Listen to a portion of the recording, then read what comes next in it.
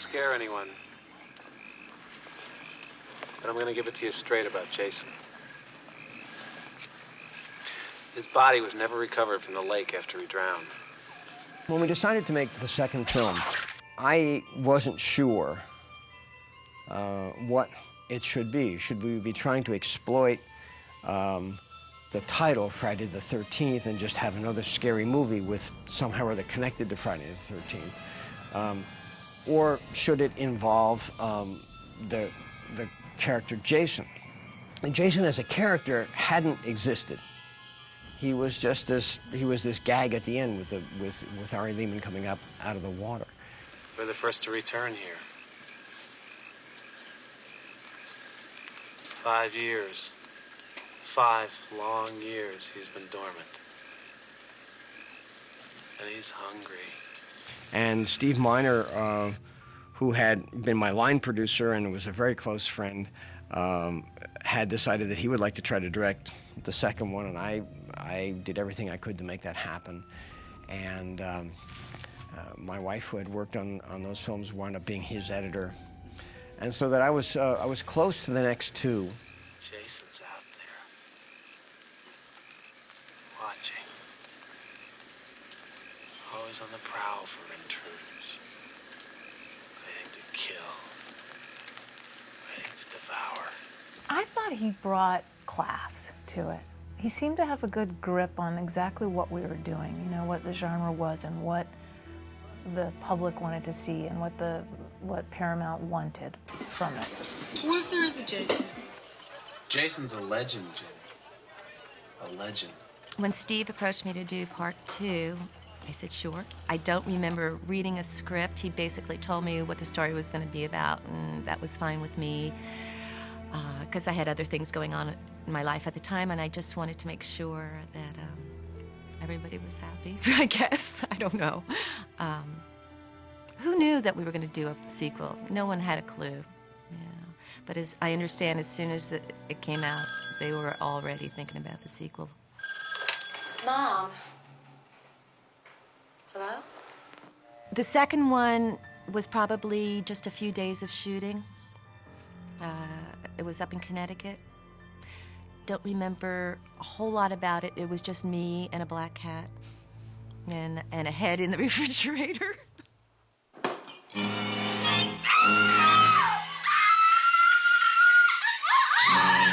I had come to New York seeking my fame and fortune, like a lot of artists that had arrived in New York City. I went to school at Lee Strasberg. I thought my career was underway. You get an agent. The agent calls you on the phone and says, "Oh, I've got this little part for you to be a camp counselor in Friday the 13th, Part 2." And in that time period, you know, it was kind of just sort of still in the unknown stages. So I said, okay, well, give me the script. I'll look it over, and then I'll go audition. Yeah, I remember I was doing a job, a print job, and I was in the Poconos. And then they called me and said, you know, you have an audition for Friday the 13th, Part 2. And I said, oh my God, a horror film. And so I said, okay. So I went back, and I remember I did it, and I got it, and I went, okay. And it was great. It was fun. You know, maybe I should have kept going, Part 3, 4, 5, 6, but it was good. It was good. So I auditioned for the all-American guy that was the counselor at the camp, the famous Camp Crystal Lake. So unfortunately, I didn't get the part, but they said, you know, we like you, so we'd like to have you around. We know you've been to Hollywood Stuntman School, and we know you can handle all the stunts in the movie. Stair falls, all kinds of stuff. So they said, would you like to be Jason? So I said, hey, listen, I'm happy to do anything you want me to do. It was an audition. I was in New York. I was an actress, and it was an audition like all of them. Kind of show up at this place and pretend, you know, you're walking through the woods screaming. I think that's what it was. But what I remember most is the looping at the end. And I had to go into a sound stage and just basically scream. and scream and scream. And I'm not really a screamer type, but so you have to kind of hit a certain decibel, and it just felt funny, because they just keep plugging it in everywhere. As far as I'm concerned, these guys couldn't have done a better job. I mean, it was a 30-day, low-budget, $1 million production. Yeah, all I can say is they did an amazing job, because it's part of a big story.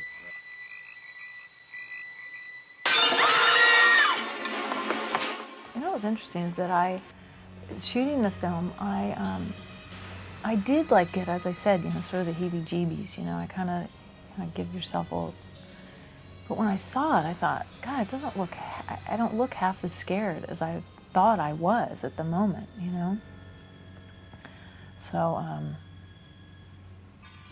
it was scary. It was for some reason.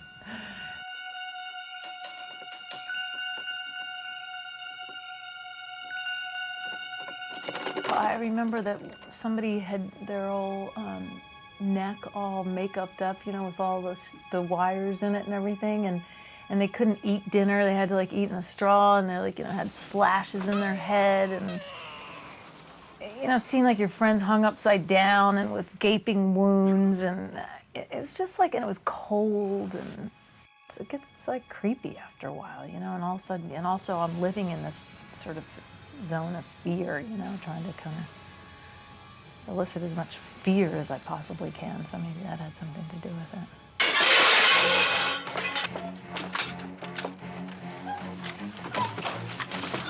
I remember there was one scene, I guess I was trying to escape from the kitchen window, and I jumped down, and it seemed like everything was a stunt, and at one point the stunt coordinator said, you should get stunt adjustments for all this.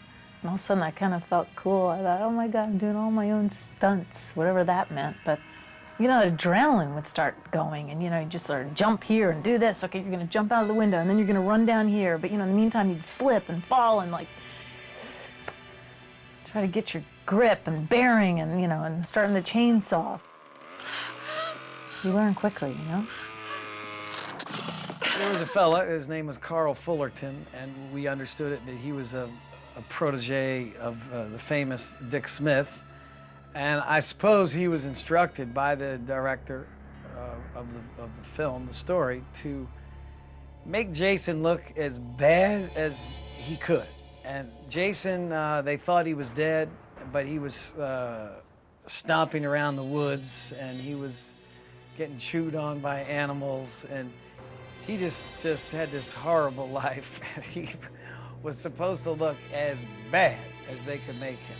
2 sets of plate dentures that went in my mouth, and built up gums, so it really distorted your face. Rubber forms that got glued all over your head.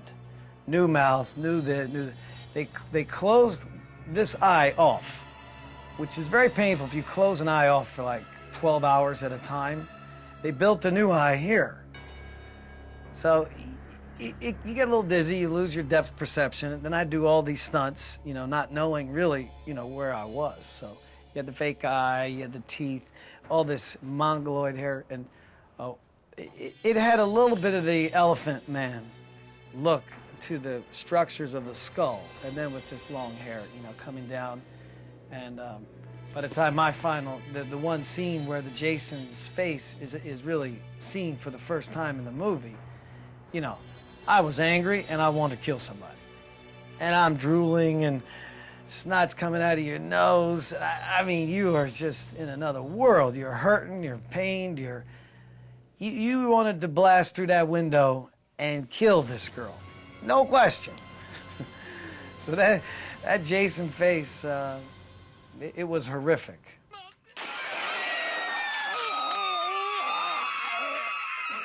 As soon as Jason was about to bash through the window, the high-speed camera would start. And I had to act all calm, and the dog's coming up, and I'm hearing, and this guy's about to bash through behind me.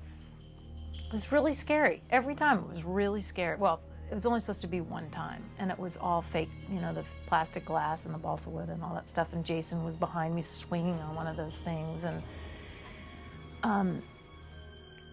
but it was scary doing it. And then something didn't work. And then we had to do it again. Well, we built a platform outside the house, and it was long enough so I knew I had 3 steps and then jump. And then you would go whoosh, like that, and just bust the whole window out and the frame and all of that. Those boards were scored, maybe half. So that stunt was 3 steps, 1, 2, and come in, and glass flying, wood flying, and that was a kill scene when they thought Jason was, long dead and gone. Yeah, the girl was relaxing, and I suppose that's in a horror film. That's when you really nail the audience, when they have no clue that the maniacal killer is still lurking. And then I remember Steve said, hey, do you want to drive into town today? And he had a car, and I said, okay, great. So we go on this drive, and it was beautiful in Connecticut. We're kind of driving, we're kind of talking about what's going on, and he said, I have some news I got to tell you. What? He said, we have to do that scene again. I thought, oh my God, can I do this scene again? Can I don't know, it really got me, that scene. So obviously we did, and I think they got it, and they used it, and it was fine. But he had to kind of talk me through that. The scene where I put on Jason's mother's sweater. Warrington was gone by that time, and I have to pick up this machete and go like this and bring it down over top Jason or something like that, and the timing missed, and he was supposed to turn this pickaxe sideways, and the timing was wrong, and so I went like that, and I hit his finger, and he had to go to the emergency room. I think it was like, I can't remember exactly what happened, but I think I put the machete through his finger or something. It was bad. It was bad. But he came back 2 hours, like we didn't shoot for a couple hours. It was in the middle of the night. He comes back and he's like, wow, he's got like a rubber on his finger, and he's like, everything's fine. Put makeup on it, keep going. And I mean, that's sort of, it was just another, so I guess a battle wound for him, it was okay.